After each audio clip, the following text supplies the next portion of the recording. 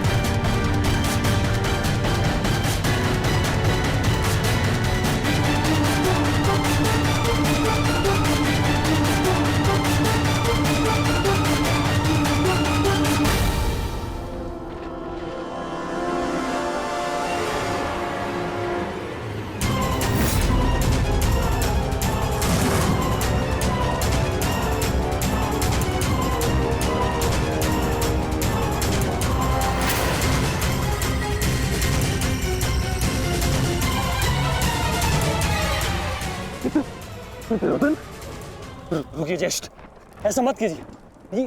ये क्या कर रहे हैं आप? दुर्योधन, दुर्योधन, ये सब कुछ क्या है? आज के इस युद्ध में हमें विजय मिली है, फिर ये सब कुछ क्यों कर रहे हो तुम? ऐसी विजय जो अपमान की थाली में सजा कर मिले, ऐसी ही विजय से श्रेयस्कर है कि मृत्यु को पालूं। नहीं। मेरे जीवन में कभी मेरा इतना अपमान नहीं हुआ है। अब इस जीवन का और कोई मूल्य नहीं।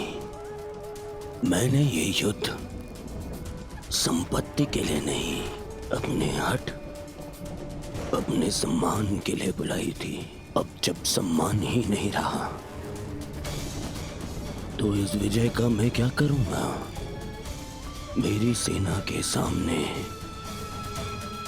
विश्व के महानतम योद्धाओं के रहते वो 16 वर्ष का बालक मेरे वस्त्र हरण कर गया और चेतावनी देकर गया है कि युद्ध में जब भी मिलेगा पुनः यही दोहराएगा।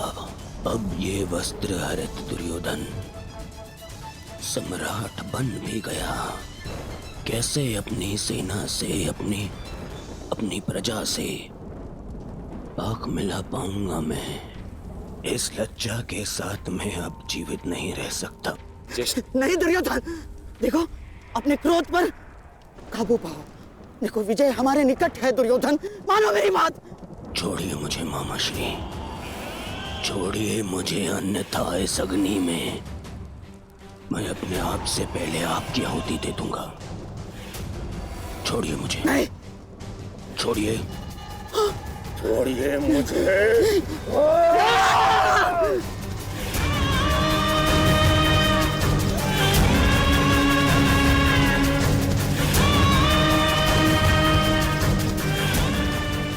नहीं, नहीं दुर्योधन,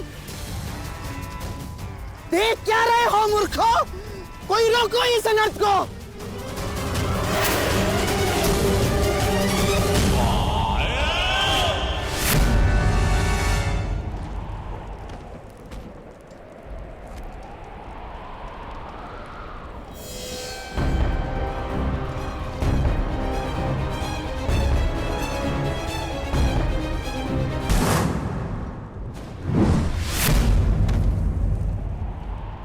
ठहर जाओ मित्र। नहीं, अब नहीं।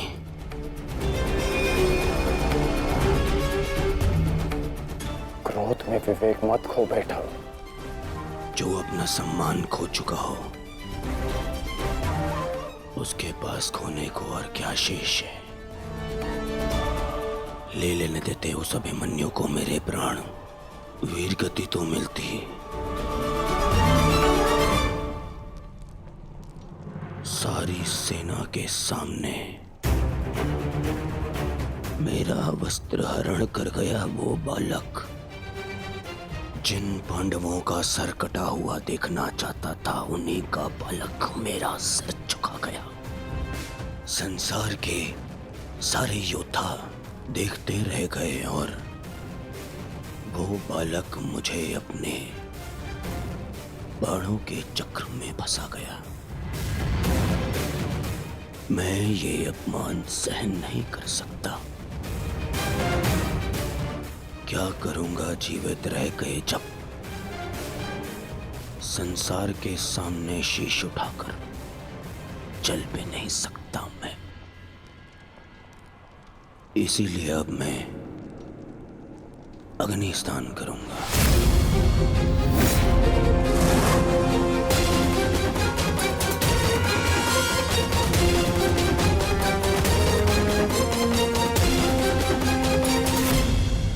जो अग्नि यहाँ जल रही है, उससे कहीं अधिक अग्नि तुम्हारे पिता के हृदय में जल रही है। क्या तुम अपने 5 भाइयों का बलिदान व्यर्थ जाने दोगे? क्या अपने पिता को दिया वचन भुला दोगे तुम?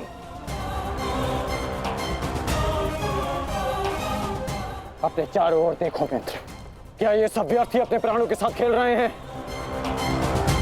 जो वीर गति को प्राप्त हुए हैं, क्या उनका बलिदान व्यर्थ जाने दोगे तुम? तुम्हारे अनुज, तुम्हारे मामाश्री, तुम्हारे गुरुदेव, ये सब तुम्हारे सम्मान, तुम्हारे अधिकार के लिए लड़ रहे हैं, और तुम अपने कर्तव्य से मुंह मोड़ना चाहते हो। पूछो अपने सैनिकों से कि आज जो युद्ध में हुआ, कि क्या वो उससे लज्जित हैं, या वो कल युद्ध में उसका प्रतिशोध लेंगे? बोलो सैनिकों! प्रतिशोध लेंगे! प्रतिशोध लेंगे!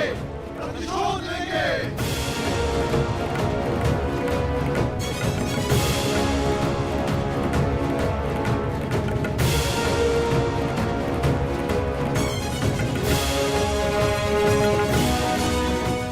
इन सैनिकों का सम्मान मेरे मन में लगी अग्नि को बुझा नहीं सकता मित्र। मैं तुम्हारे लिए सदैव प्रस्तुत हूं मित्र। आदेश दो मुझे, आदेश दो कि क्या चाहिए तुम्हें।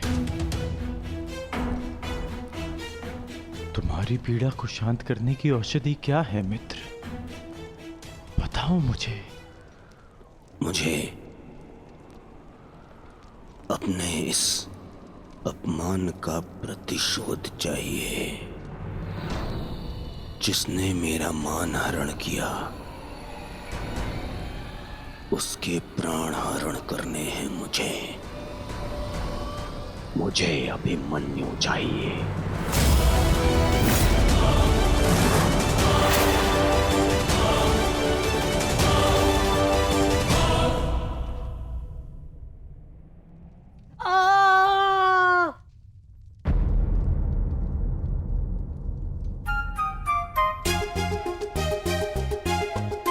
बहुत पीड़ा हो रही है ना इन्हें? पीड़ा? अभी तक मैंने इसके घाव को छुआ भी नहीं है। अभिमन्यु तुम्हें सताने के लिए उपक्रम कर रहा है उत्तरा। बहुत बुरे हैं आप। और तुम बहुत डरपोक। एक योद्धा की पत्नी के मन में इतना भय शोभा नहीं देता उत्तरा। ये घाव हमारे लिए आभूषण होता है।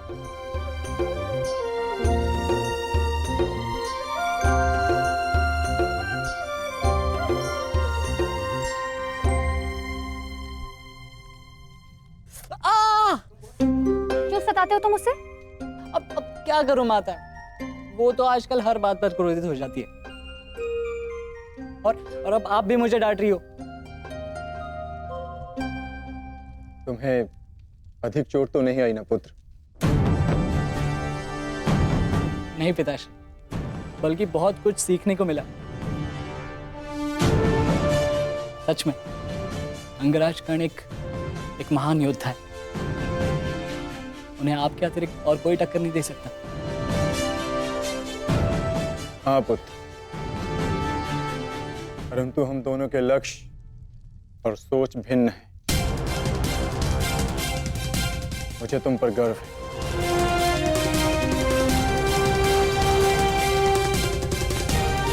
गर्व तो होना ही चाहिए, आज अभिमन्यु ने दुर्योधन को उचित उत्तर दिया।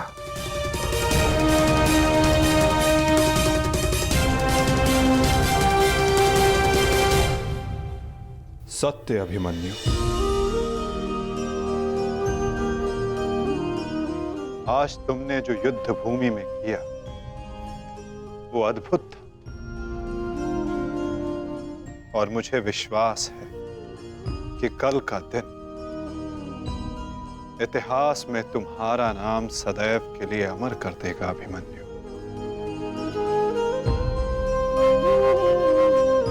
इतिहास से पूर्व मेरे पुत्र ने अपनी छवि मेरे मन में अमर कर दी है। 14 वर्षों के पश्चात आज पहली बार मन को एक शीतलता पहुंची कि मेरे पुत्र ने मेरे साथ हुए अपमान और अत्याचार का भान उस दुर्योधन को करवाया। मेरी आत्मा को जैसे एक वस्त्र का संबल मिल गया। इसके लिए मैं सदैव के लिए अभिमन्यु की ऋणी रहूं। जीवन तो पल पल में है सखी, जिस पल को जी लो वही जीवन होता है। आज तुम प्रसन्न हो, जी लो सखी, आज का दिन जी लो। कल का दिन तो अभिमन्यु के जीवन का अंतिम दिन होना चाहिए, और स्मरण रहे, सरल मृत्यु नहीं देनी है उसे। मृत्यु आने की पीड़ा का आभास कराना है, और जब तक वो भूमि पर रेंगता हुआ दया की भीख ना मांगे, मृत्यु नहीं आनी चाहिए उसे।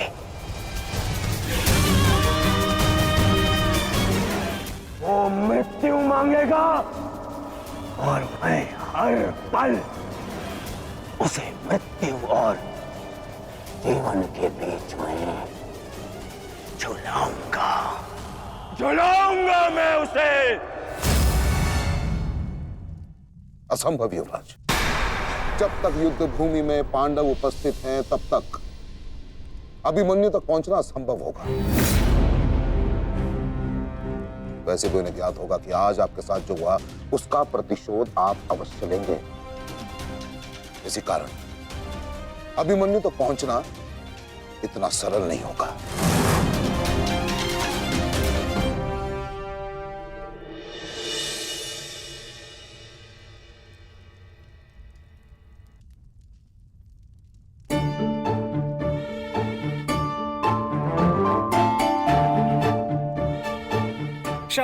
क्षमा कर दो, भूल हो गई बस। अच्छा अब क्षमा भी कर दो। जिसने युवराज दुर्योधन का मस्तक झुका दिया वो आज तुम्हारे समक्ष सर झुकाए मना रहा है तुम्हें। देखो, किसी ने मुझे इस प्रकार सर झुकाए देख लिया ना तो मेरा बहुत उपहास उड़ाया जाएगा। पहले वचन दीजिए कि भविष्य में आप इस तरह मेरा उपहास नहीं बनाएंगे। आपको अनुमान भी है मैं कितनी भयभीत हो गई थी। अब इसमें भयभीत क्या होना उत्तरा? आप नहीं समझेंगे, मुझे आपसे बात ही नहीं करनी। तो ठीक है, मत बात करना, परंतु कल यदि लौटा नहीं ना तो पछताना नहीं कि दोबारा ऐसे मत बोलना आर्य। भाई खो चुकी हूँ, पति नहीं खो सकती। क्षत्रिय हूँ, अपने अधिकार लेना जानती हूँ। आपको लौटना होगा, क्योंकि इस बार केवल मैं नहीं, आपकी होने वाली संतान भी आपकी प्रतीक्षा करेगी।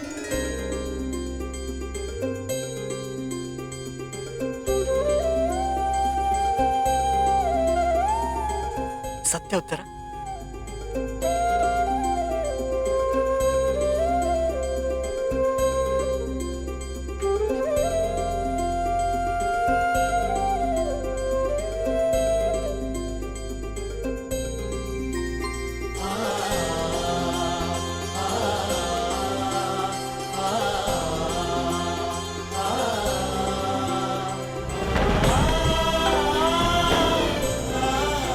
मैं तुम्हें वचन देता हूं उत्तरा, तुम और हमारी संतान सदा मुझ पर गर्वित रहेंगे। जानती हूँ आपकी संतान बहुत भाग्यशाली है, उसे अपने पिता की शौर्य गाथा सुनने को मिलेगी। गाथाएं विजय के साथ होती है उत्तर, और विजय अभी शेष है। युद्ध शेष रहे या न रहे, उस अभिमन्यु के प्राण शेष नहीं रहने चाहिए आचार्य। आप सेनापति तीरगत के वीर नरेश शर्मा, मध्य नरेश शैल्य, अश्वत्थाम आंगराज, इतने वीरों के होते हुए भी क्या एक बालक को बंदी बनाया नहीं जा सकता? तुम्हारे प्रतिशोध के लिए केवल कुशल योद्धाओं की नहीं, बल्कि एक उत्तम योजना की आवश्यकता है मेरे होने वाले सम्राट। हमारी सफलता एक उत्तम योजना में छिपी है।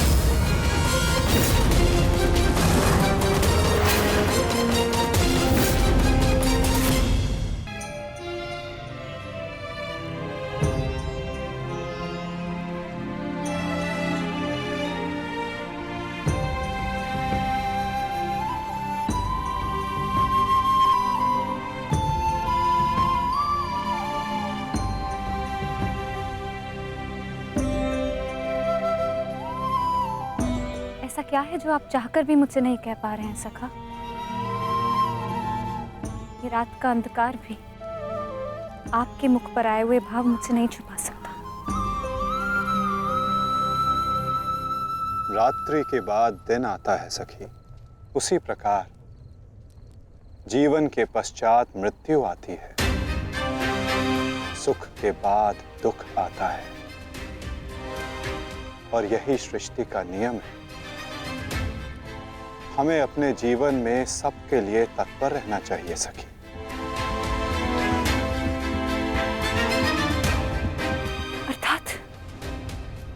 अर्थात जो मेरा भय है, क्या वो सच होने वाला है माधव? क्या कल पांडवों के साथ कुछ अनिष्ट होने वाला है?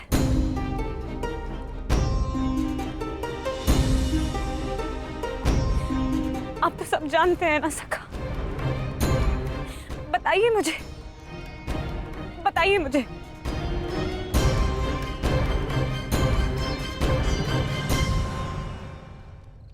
कभी कभी भविष्य का ज्ञान होना भी दुख का कारण बन सकता है सखी। यदि समय के अनुसार मनुष्य को सत्य का ज्ञान हो तो वो स्वयं को संभाल सकता है। और आज तुम्हारी प्रसन्नता का दिन है सखी। आज तुम्हारे पुत्र ने तुम्हारे अपमान का प्रतिकार किया है। जाओ सखी, जाकर सो जाओ, चूंकि जीवन की हर रात्रि सदैव सोने के लिए नहीं होती।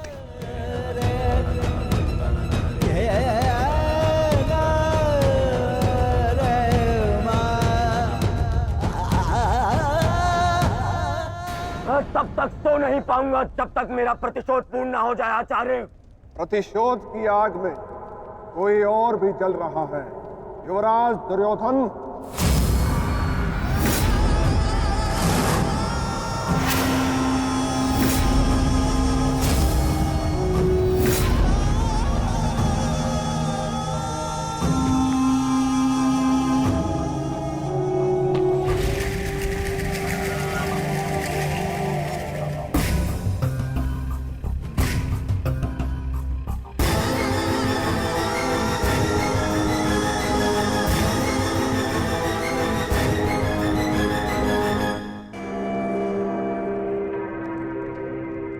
माता श्री सिंधु नरेश जयद्रथ। भूल को क्षमा किया जा सकता है, अपराध को नहीं। इस अपमान के पश्चात में जीत बचा तो ऐसा भयंकर प्रतिशोध होगा कि तुम पांचों की आत्मा कांप उठेगी। प्रतिशोध लूंगा। कल तुम्हारे साथ साथ मेरा प्रतिशोध भी पूर्ण होगा और मैं सम्मान सहित तुम्हारी बहन दुशला को अपना मुख दिखा सकूंगा।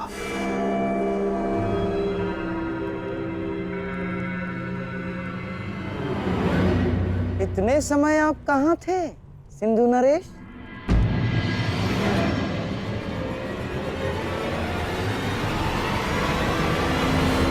अपने अपमान के प्रतिशोध का प्रबंध कर रहा था।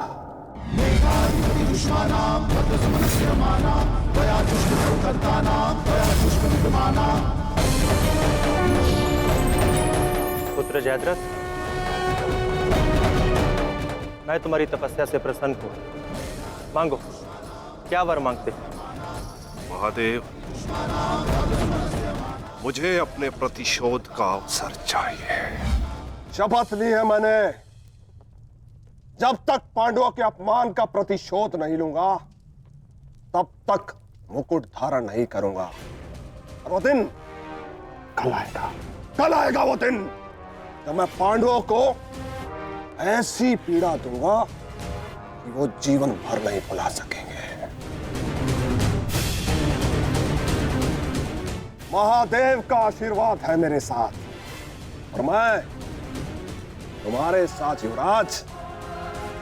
तुम्हारी योजना और मेरा प्रतिशोध दोनों कल सफल होंगे।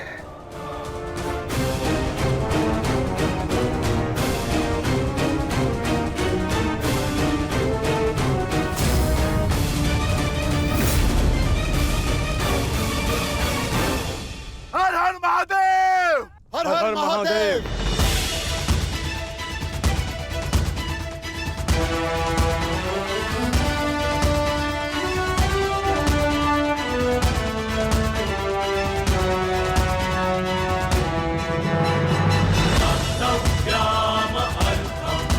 सर्वोत्तम बनो पुत्र। संसार के सभी योद्धाओं में तुम्हें सबसे अधिक कीर्ति प्राप्त हो।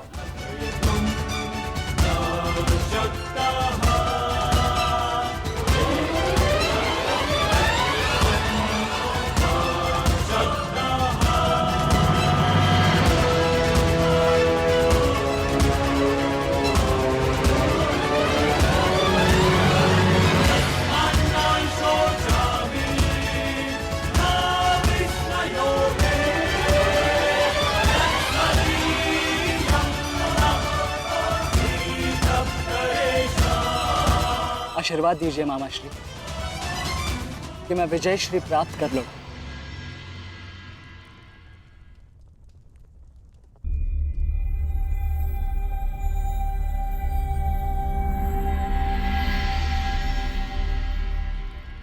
विजय तो कायरों को भी प्राप्त होती है पुत्र, परंतु कीर्ति और यश केवल शूरवीरों का मुकुट बनती है। मेरा आशीर्वाद तुम्हारे साथ है पुत्र। तुम युद्ध क्षेत्र में वो कीर्ति प्राप्त करो जो तुम्हें अमर बना दे।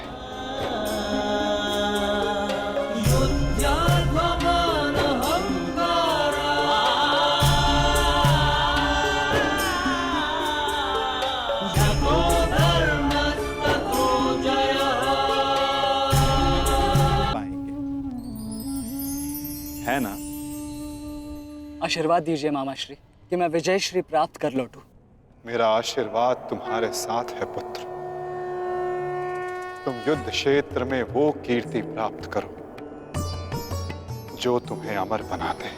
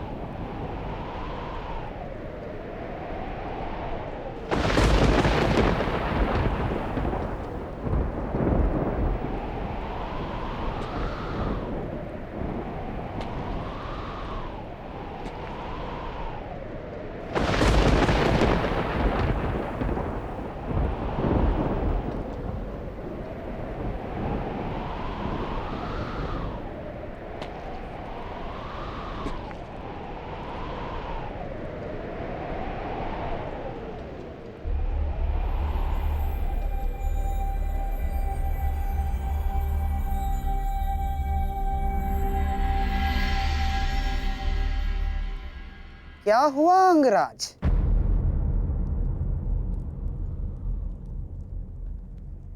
सूर्यदेव से आप ये प्रार्थना तो नहीं कर रहे हैं कि वो उदित ही ना हो?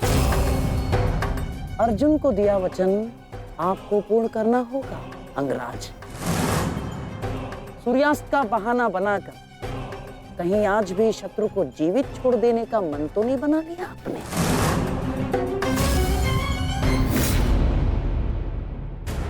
कभी कभी मौन रहने से प्राण बच जाते हैं। अब एक और शब्द अपने मुख से निकाला तो युद्ध आरंभ होने से पूर्व ही शत्रु से पहले मैं अपने पक्ष के किसी योद्धा का वध कर दूंगा। अंगराज, अंगराज आप क्रोधित क्यों हो रहे हैं?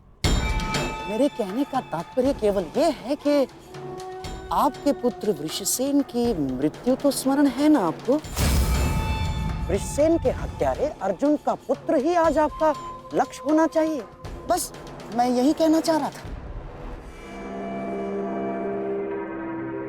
कर्ण को स्मरण है मामाश्री।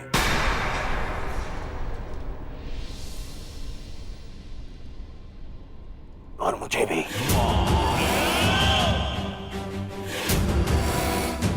आज हम वृषसेन की मृत्यु और मेरे अपमान का प्रतिकार दोनों लेंगे।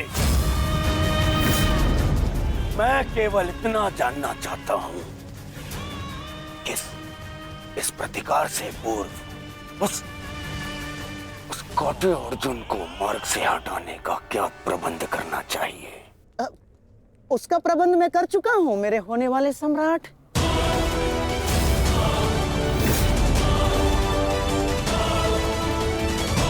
महाराज, त्रिगत नरेश सुशर्मा अवसर का लाभ उठाने के लिए एक विशाल सेना के साथ विराट पर आक्रमण करने जा रहे हैं।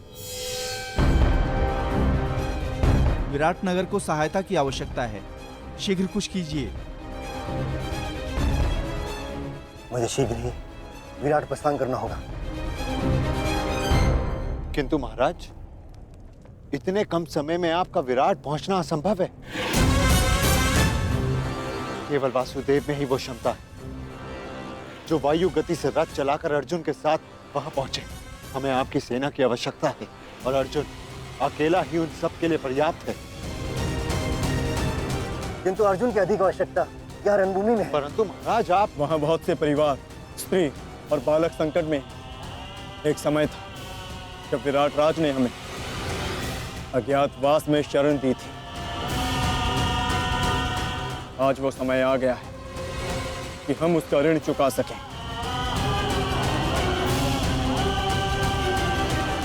और फिर अभिमन्यु भी तो यहाँ है। मुझे इस पे पूर्ण विश्वास है। और मैं आपको विश्वास दिलाता हूँ पिताश्री कि युद्ध भूमि में आपकी कमी शत्रु को अनुभव नहीं होगी। जब आप सुशर्मा का नाश करेंगे तो आपके पुत्र की शौर्य की कीर्ति आपका स्वागत करेगी। चलिए माता, विराट की ओर प्रस्थान करें। जैसी रथी की इच्छा और जैसी महारथी की आकांक्षा।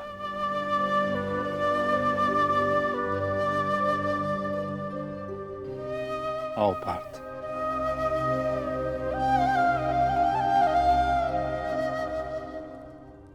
बधाई हो मेरे होने वाले सम्राट। अर्जुन रणभूमि छोड़कर विराट के लिए प्रस्थान कर चुका है।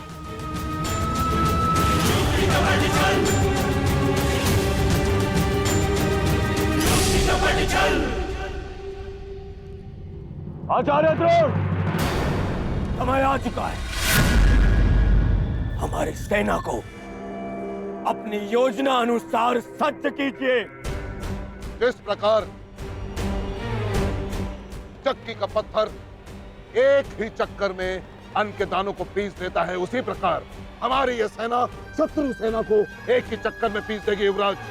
और अपनी सेना के नाश को रोकने के लिए आएगा वो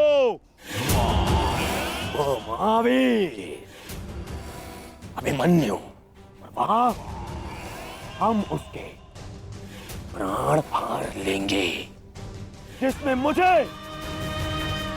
अपने बाणों के चक्र में फंसाया था। आज वो फंसकर मरेगा हमारे चक्रव्यूह में। युद्ध का 13वां दिन।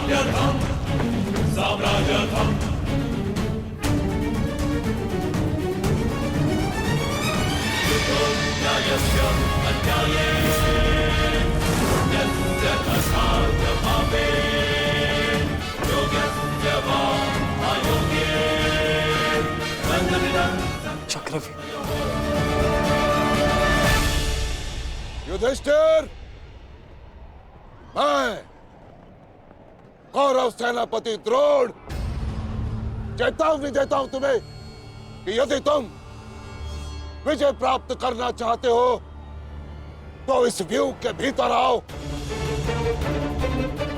और यदि तुम इस व्यूह को तोड़ने में सक्षम रहे तो हम अपनी पराजय स्वीकार कर लेंगे, और यदि नहीं तो तुम अपनी हार स्वीकार कर लेना। सुना तुमने?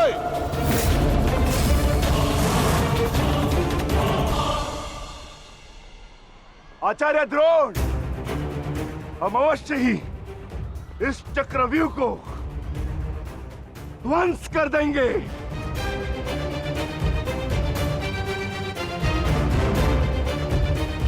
यह संभव है। चक्रव्यूह युद्ध का सबसे कठिन और सबसे विनाशकारी व्यूह है। इसका हल केवल अर्जुन के पास है। यह आचार्य द्रोण की योजना थी, इसीलिए अर्जुन को युद्ध भूमि से दूर किया गया।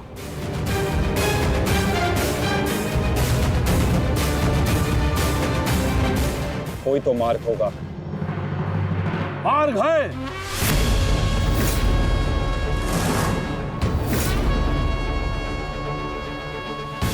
मैंने भी उसी आचार्य भारद्वाज से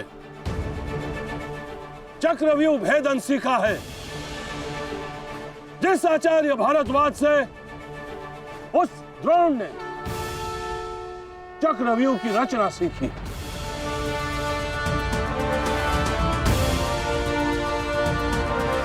इस चक्रव्यूह का भेदन मैं करूंगा।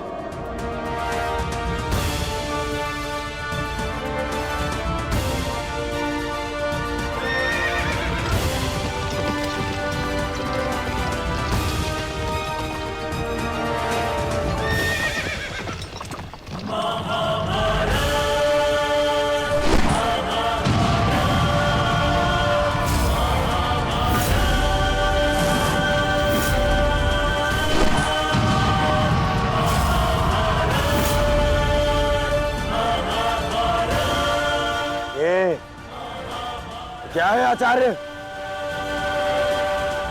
पांचाल नरेश द्रुपद तो इस व्यूह को तिनके की तरह तोड़ते हुए आगे बढ़ रहे हैं।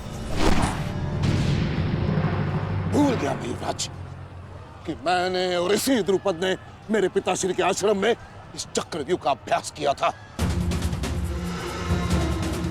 तो अपने मित्र को रोकने के लिए कोई अस्त्र, कोई शस्त्र है आपके पास? अब तो केवल एक ही अस्त्र है और एक ही शस्त्र दुर्योधन। जयद्रथ!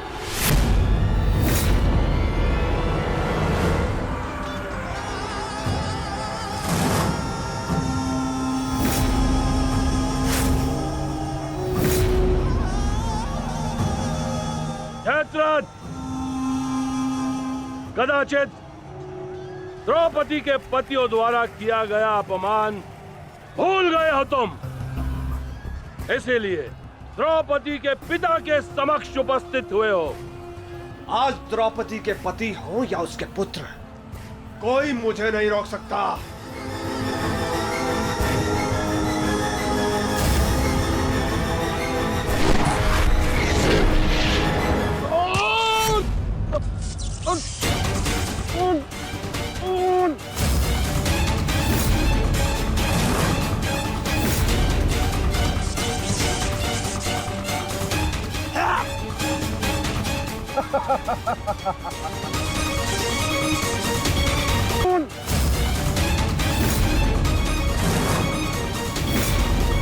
आगे बढ़ो पांडवों, अन्यथा अपनी सेना का विनाश देखो।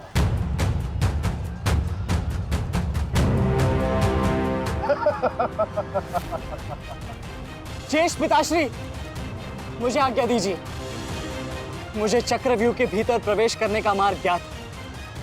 मैंने पिताश्री से सुना था कि ये मैं कर सकता हूं। नहीं अभिमन्यु, मैं तुम्हें इसकी अनुमति नहीं दे सकता। धर्मराज ठीक कह रहे हैं। आचार्य ने कुछ सोच समझकर ही इस व्यूह की रचना की है। अब इसे शक्ति का सम्मिलित प्रहार ही तोड़ सकता है। मैं और भीम मिलकर प्रहार करेंगे।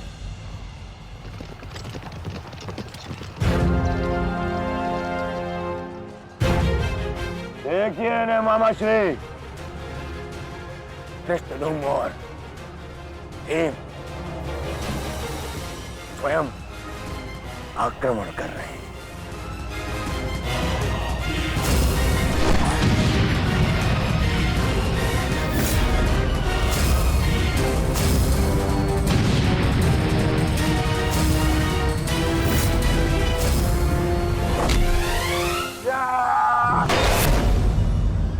आज इनके हरेक प्रहार का उत्तर है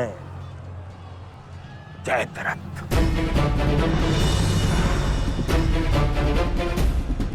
चक्रव्यूह में प्रवेश करने से पूर्व मुझसे नहीं मिलोगे मित्र? स्मरण है ना 5 चोटियां? आज उसी के प्रतिकार का दिन है। प्रभु, मैं चाहता हूं कि युद्ध भूमि में किसी एक दिन सभी पांडवों पर विजय पा सकूं। सब पांडवों पर विजयी होने का आशीष नहीं दे सकता जयद्रथ, क्योंकि अर्जुन को मैंने पशुपतास्त्र दिया। मेरा ही वरदान मेरी ही शक्ति को छीन नहीं कर सकता। इसलिए केवल अर्जुन को छोड़ जिस दिन तुम चाहोगे, शेष संसार के समस्त योद्धाओं के समक्ष तुम अपराजय रहो। आगे बढ़ो भीम, आज मेरी गदा का स्वाद भी चक्कर देखो।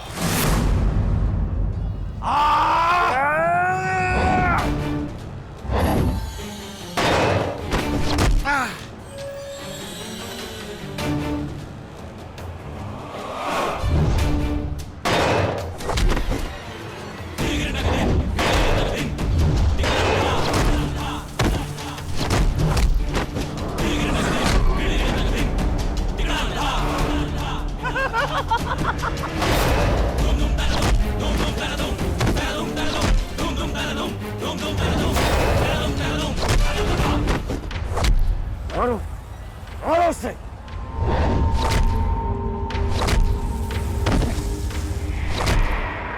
ताजश्री, आप ऐसा कैसे होने दे सकते हैं? ताजश्री, भीम और माम, परंतु चक्रव्यूह को शक्ति से नहीं, युक्ति से तोड़ा जा सकता है। मुझे आज्ञा दीजिए। नहीं पुत्र, भविष्य के लिए वर्तमान को दांव पर लगाया जा सकता है, परंतु वर्तमान के लिए भविष्य को खोया नहीं जा सकता। एक दांव लगाने के दोष के कारण मैं आज इस महायुद्ध में खड़ा हूं। मैं दूसरा दांव नहीं लगा सकता अभिमन्यु। परंतु आज यदि चक्रव्यूह को तोड़ा ना गया तो हम ना केवल हार जाएंगे, बल्कि मेरे पिताश्री का सर भी झुक जाएगा। आपने वो दांव लगाकर सर झुकाया था और मैं ये दांव खेलूंगा अपने पिताश्री का सर ऊंचा रखने के लिए। मैंने उन्हें वचन दिया था कि युद्ध भूमि में शत्रु को उनकी कमी अनुभव नहीं होगी। और मुझे शत्रुओं को वीर अर्जुन के रक्त का तेज दिखाना है। इसीलिए आज्ञा दीजिए ताची, और फिर मैं अकेला कहाँ हूं? चक्रव्यूह में मेरे प्रवेश करते ही आप भी मेरे पीछे पीछे अंदर आ जाइए। मैं मार्ग बनाऊंगा और आप चक्रव्यूह को ध्वंस कीजिएगा। सोचिए मत, समय नहीं है ताचरी।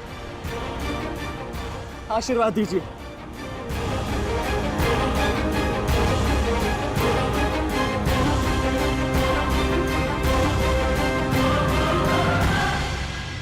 ठीक है पुत्र,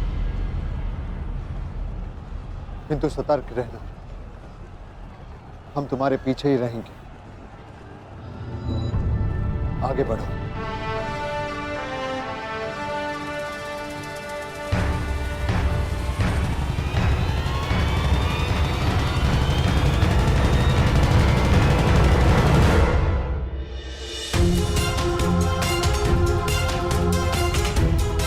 जाओ सर, जाकर सो जाओ, क्योंकि जीवन की हर रात्रि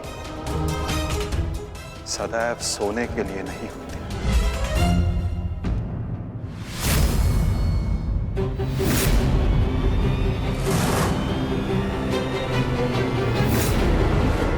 मेरी सुरक्षा के लिए माता यज्ञसेनी का आशीर्वाद है मेरे साथ, और जब तक ये मेरे साथ है मुझे कुछ नहीं हो सकता।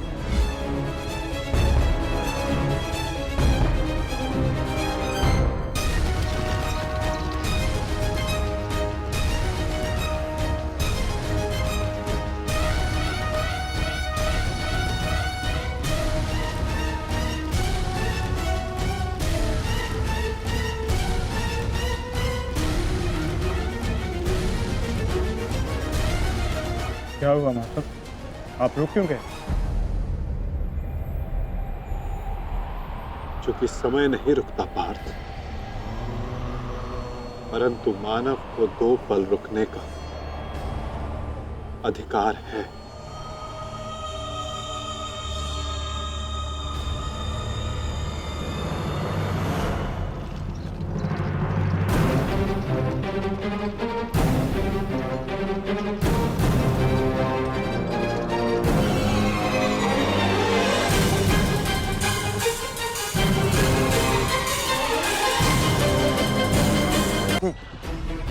आगे बढ़ो।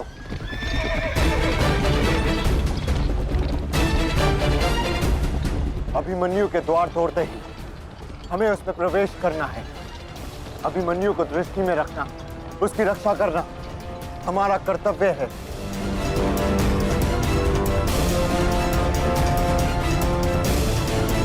आ बालक, आ भारतीयों, ऐसी मृत्यु देने से केस की चित्कार उन पांडवों के हृदय को चीर देगी। और स्मरण रहे, सरल मृत्यु नहीं देनी है इस अभिमन्यु को।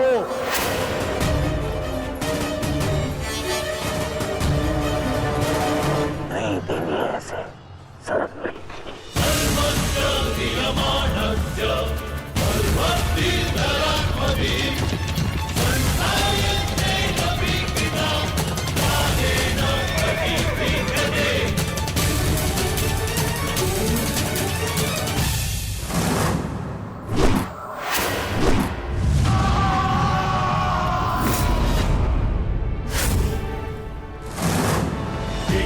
ताक्षी, मुझे मार्ग मिल गया है।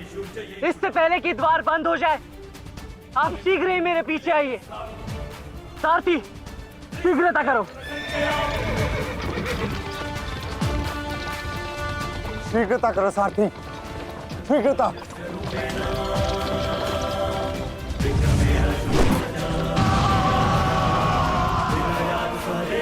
उत्तम अभिमन्यु, उत्तम।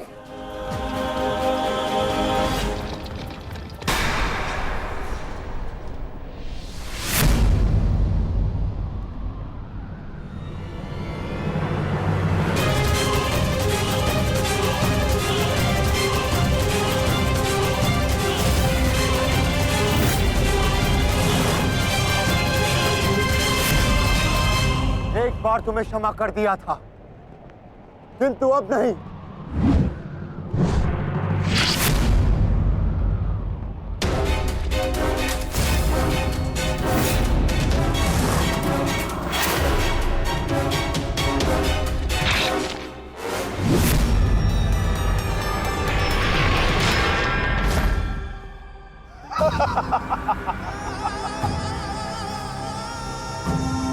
एक बार अपमानित हो चुका हूं, इस बार तुम्हारी बारी है पांडवों। महादेव का वरदान सफल रहा। आज इस युद्ध भूमि में केवल मेरा शासन होगा, मेरा। केवल अर्जुन के अतिरिक्त कोई मुझसे जीत नहीं पाएगा पांडवों। और आज सिर्फ एक ही मृत्यु होगी।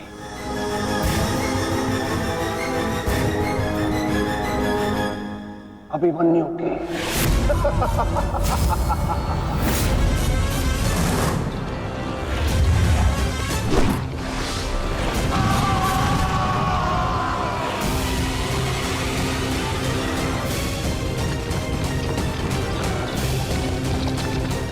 ये चक्रव्यूह तुम्हें पराजित करने के लिए नहीं है मूर्खों। ये तो उस अपमान का प्रतिकार था जो कल अभिमन्यु ने युवराज दुर्योधन के साथ किया था। उसने दुर्योधन का मान हरण किया था और आज वो उसके प्राण हरण करेगा।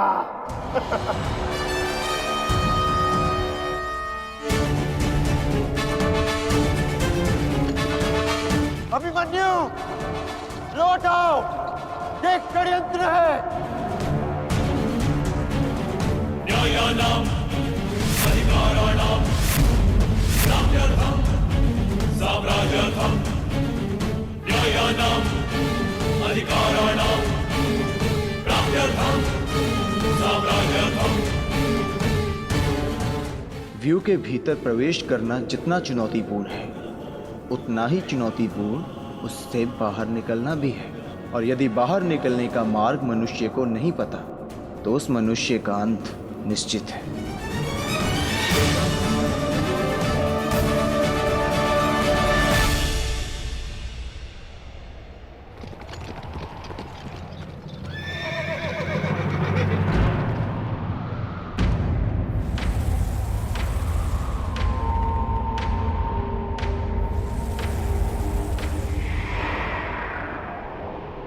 आगे बढ़िए माधव, शत्रु समक्ष है।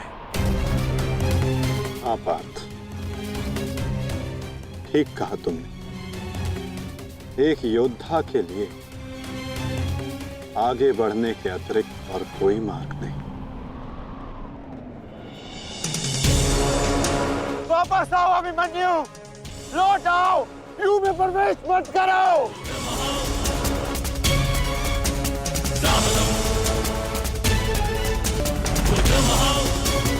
मेरे लिए अब लौटना संभव नहीं था श्री।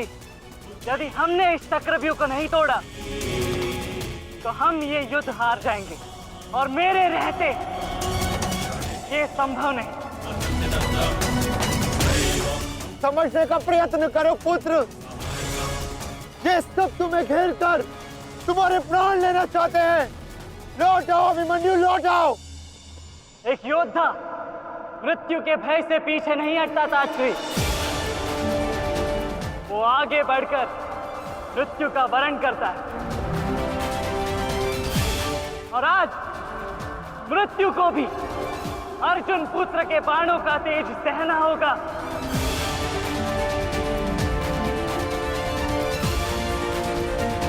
मैं इस चक्रव्यूह में आया हूं ताकि पांडवों का सर गर्व से उठा रहे।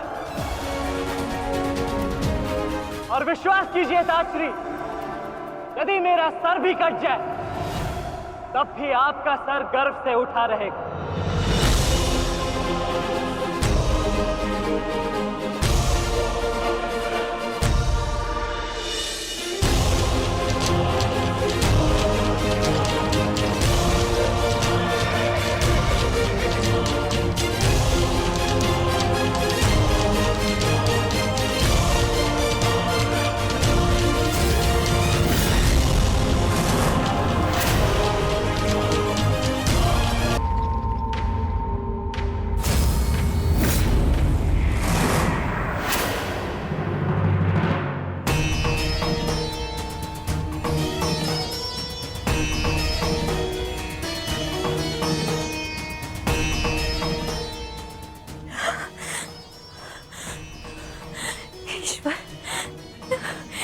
ईश्वर मेरे पुत्र की रक्षा करना।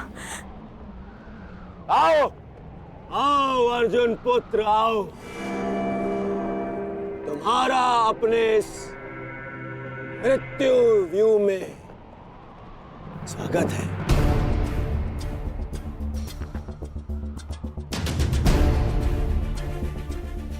एक वीर योद्धा से सुना था मैं कि हे मृत्यु, तैयार यदि तू आने को, प्रसन्न मुखा, द्वार खुला है तेरा स्वागत, प्रसन्न मुखा।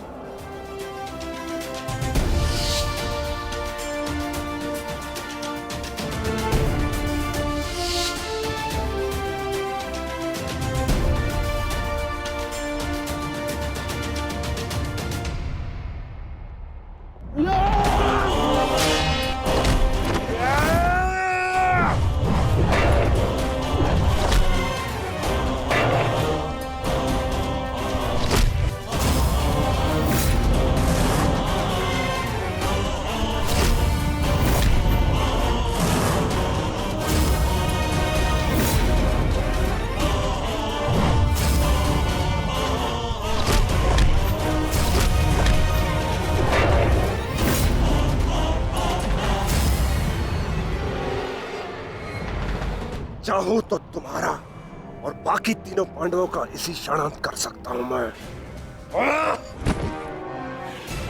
किंतु उसके साथ उस पीड़ा का भी तो अंत हो जाएगा जो अभिमन्यु को पल पल मरते देख तुम्हें होगी। फिर उस पीड़ा का अनुभव कैसे होगा तुम्हें जो जयद्रथ ने इतने वर्षों तक सही है। अभी तो वो दृश्य देखना शेष है जिसे देखकर तुम स्वयं मुझसे अपनी मृत्यु की भीख मांगोगे। तुम्हारे सामने तुम्हारे कलेजे के टुकड़े टुकड़े होंगे और तुम कुछ नहीं कर पाओगे, कुछ नहीं। क्या हुआ? इतने महारथी को देख के भयभीत हो गए? क्यों? नहीं काका श्री, अपितु ये तो सम्मान की बात है कि एक साथ इतने सारे योद्धा मुझसे द्वंद्व करने की प्रतीक्षा कर रहे हैं। अच्छा, सच में महान धनुर्धर अर्जुन के पुत्र और महानतम योद्धा वासुदेव कृष्ण के भांजे का स्वागत ऐसा ही होना चाहिए। प्रणाम स्वीकार करे आदरणीयों।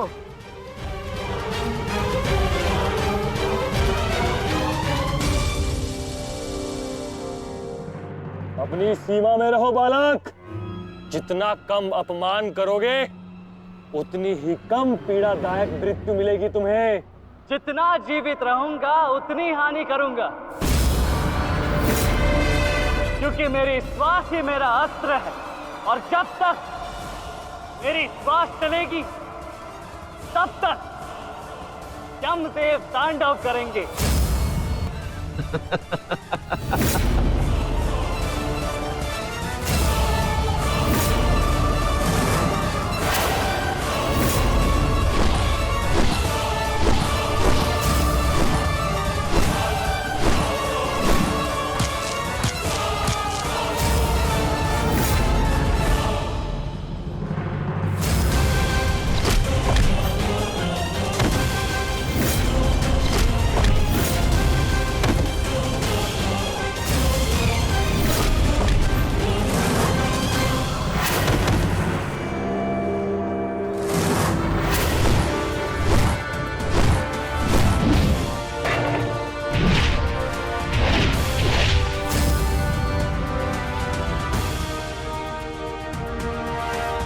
कुछ स्मरण हुआ काका श्री?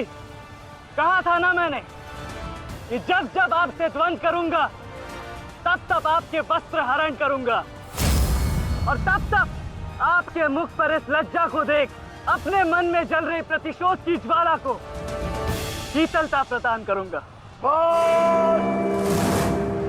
और हो गया मेरा अपमान, अब और नहीं। महारथियों, आक्रमण करो इस बालक पर।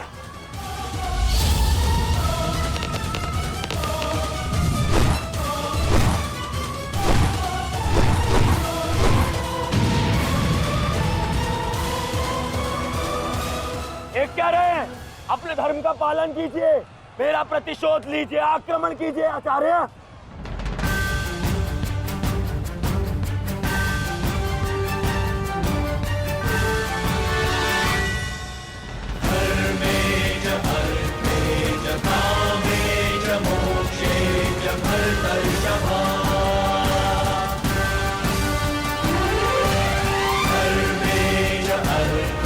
नहीं आचार्य द्रोण, ऐसा अनर्थ मत कीजिए। ऐसे अधर्म में आप कैसे सम्मिलित हो सकते हो? आचार्य, वो बालक है। रुक जाइए आचार्य, रुक जाइए।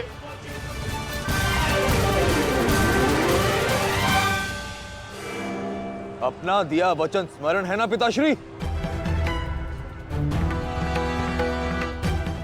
इस बालक की शक्ति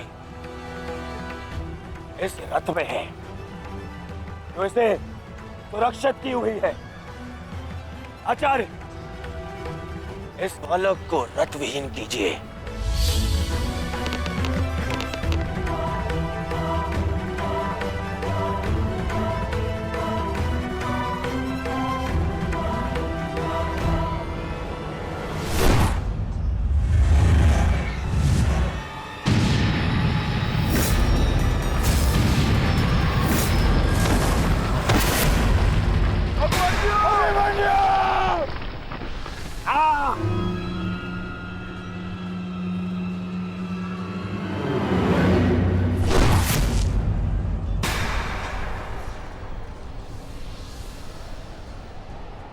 माधव, मुझे कई बार चोट लगी, परंतु इस चोट की पीड़ा का भान मेरे मन को विचलित कर रहा है। कहीं ये कोई संकेत तो नहीं?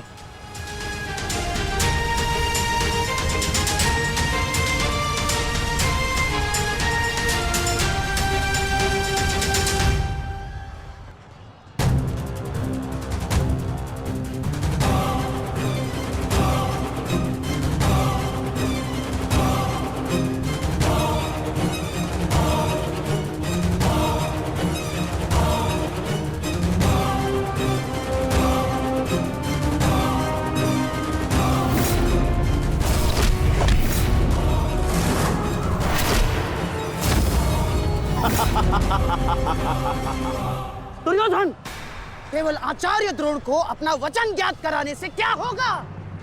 इतने अपमान के पश्चात भी अंगराज कर्ण तो जो के त्यों खड़े हैं। क्या इनका इस युद्ध के प्रति कोई कर्तव्य नहीं? मैं केवल नियम का पालन कर रहा हूं गांधार नरेश। नियम और नीति कहती है कि एक योद्धा के साथ केवल एक ही योद्धा युद्ध कर सकता है, और तुरंत के लिए अभिमन्यु